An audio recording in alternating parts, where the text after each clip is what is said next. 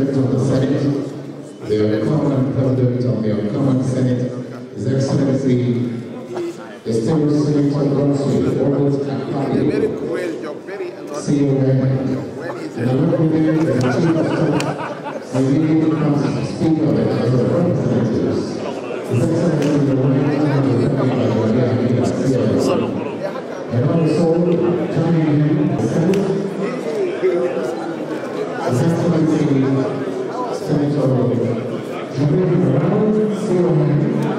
PhD, Speaker of the House of Representatives and alternate chair, Governing Council, National Legislative and Democratic Studies. MSRO Abadia.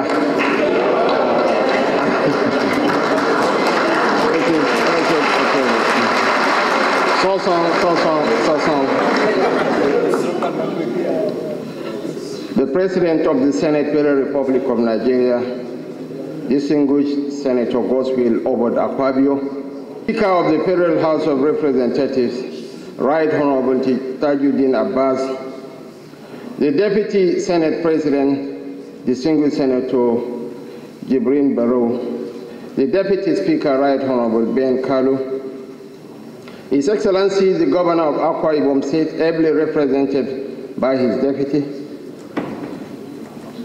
the leaders of the House of Representatives and the Senate, our former Speaker and currently the Chief of Staff to the President, former Senate Presidents present here, especially distinguished Senator Anyim Pius Anyim, distinguished Senator Ken Namani, distinguished Senator David Bonaventure Mark, and of course distinguished Senator Ahmed Ibrahim Lawan. Former Speaker of the House of Representatives, Honorable Patricia Ete. Special advisors to the President, the Deputy Head of Mission, Embassy of the Republic of Germany, Director General, National Institute for Legislative and Democratic Studies, the resident representative of Konrad Adenauer Stiftung, honored guests, distinguished ladies and gentlemen.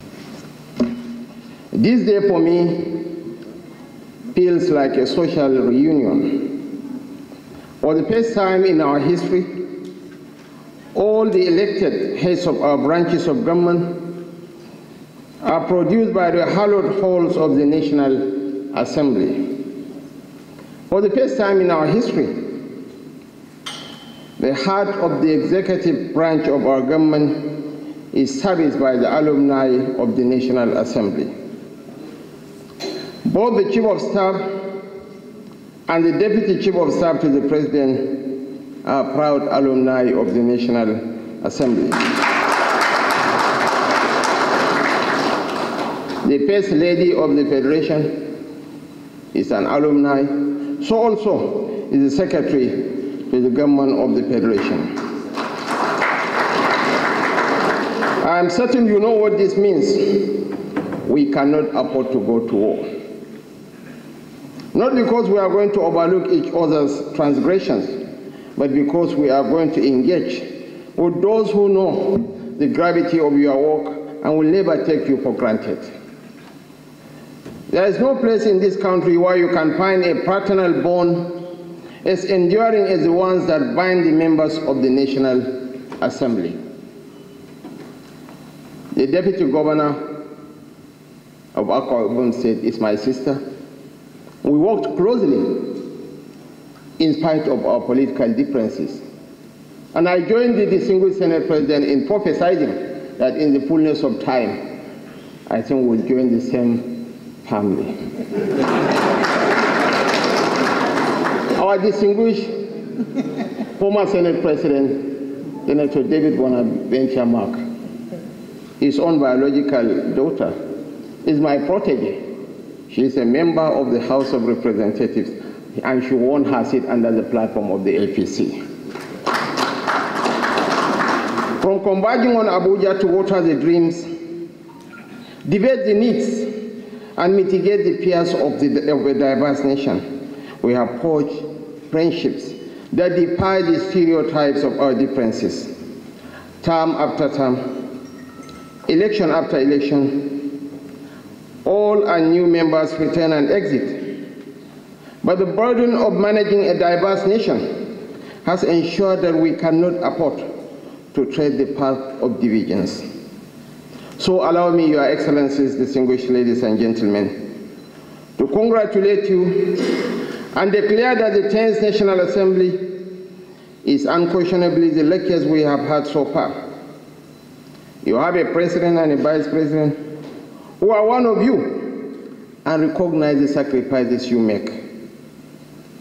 President Bola Tinubu has with utter certainty reassured us that we are not in government to go to war with the National Assembly. We are here to collaborate and march towards shared values. Our journey as a democratic nation has been marked by trials and triumphs, setbacks and progress, but through it all, the National Assembly has remained steadfast in its commitment to our collective well-being. It is there, within the chambers, that the voices of our diverse constituencies find expression, while the aspirations of our people are transformed into legislative action, and while the foundations of our democracy are continually fortified. The 9th National Assembly, Your Excellencies, distinguished ladies and gentlemen, is a testimonial you need to acknowledge that the vibrancy of democracy isn't determined by the recurrence of conflict between the executive and the legislature. Democracy thrives only while we agree that every voice holds value and each perspective is significant. Governance is a collective responsibility, not a personal endeavor. Our most significant achievements were attained through cooperation and harmony. This is what we seek from you, because we are brothers and sisters in pursuit of a country that serves all of us. As rightly attested to by distinguished Senator Akwa Ibom, 1 out of every 4 black men is a Nigerian.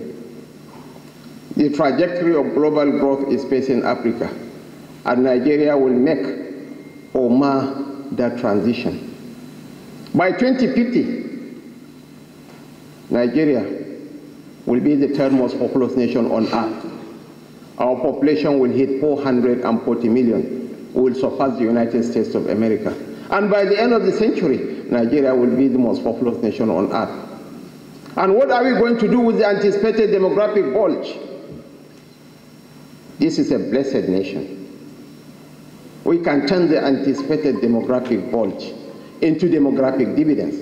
I believe with the quality of leadership we have, it will not turn into a demographic disaster that will consume all of us. The 9th National Assembly never treated the legislature as just a debate club, but rather a distinguished institution with a more profound mission. As ambassadors of the nation's diverse interests, we didn't convene in Abuja to engage in vocal contests.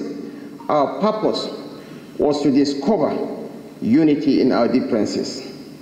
Our presence was to safeguard the interests of our constituents by articulating their wishes and providing them with staunch advocacy.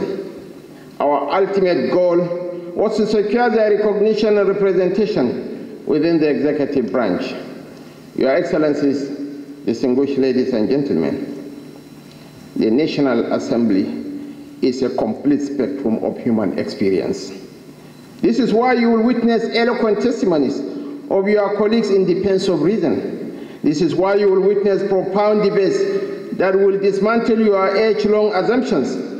But in the end, you will realize that we are all bound by our fidelity to the ideals of democracy. Today I stand before you, burdened with an additional responsibility, having been entrusted with the honor of serving as the Vice President of our beloved nation. Although we may no longer share the same chamber, our fraternal bond remains unbreakable, just as our commitment to safeguarding democracy persists.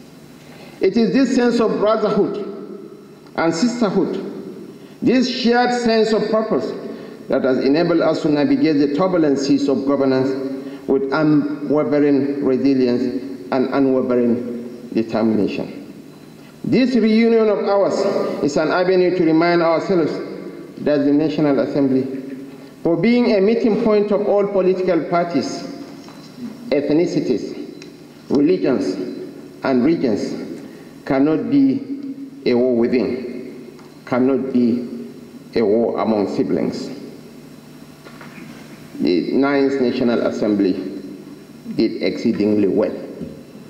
And when a fish starts getting rotten, it starts from the head.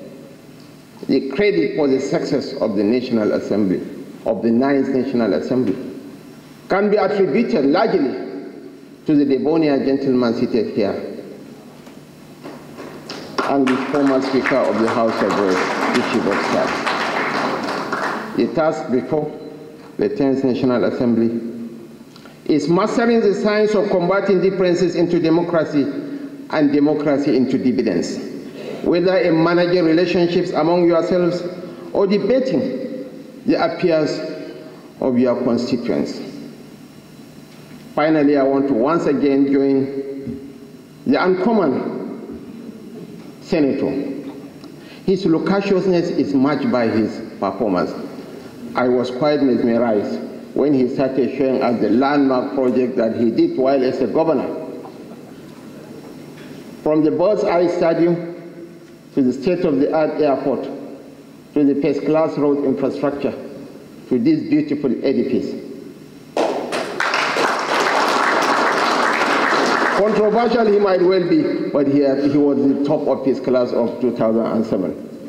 Just like with all humility, I can claim to be the top of my class of 2011. It's my singular honor and privilege to pluck off this retreat. I wish you fruitful deliberations. I wish you well. I wish our leaders, elder statesmen seated here, I'm quite glad. It's a rare opportunity. It's a rare privilege that I will cherish forever to address you. Not because of my pedigree, certainly not because of my physical prowess. Senator Paris, I in Paris can maul me to pieces. Not because of my intellect. We have PhD holders. Tajuddin Abbas holds PhD. Distinguished Senator Ahmed Ibrahim Lawan is a PhD holder. Professor Julius Oyembare is a reputed professor of political science. Certainly not because of my political sagacity. There are people who have been here far too long in the system than I am. Power is a gift from God. We are going to spend more years of our lives outside power than in power. Power to me is a humbling experience. Power should be used for the good of the people. We are the luckiest amongst Nigerians. We are not better than our next door neighbor. Yesterday I hosted my classmates from the University of Ibadan, the MSc class of 1991. The best graduating student in my class was from Oladipo. Oladipo is languishing as a DGM in one mediocre bank. He was the best graduating student. That goes to show that we are here not because we are the best of the best, but we are the representatives of our people. We are the representative of the black man. That is the burden we all carry. If Nigeria fails, the black man has failed. Let us make Nigeria work. Thank you, and may God bless the Federal Republic of Nigeria.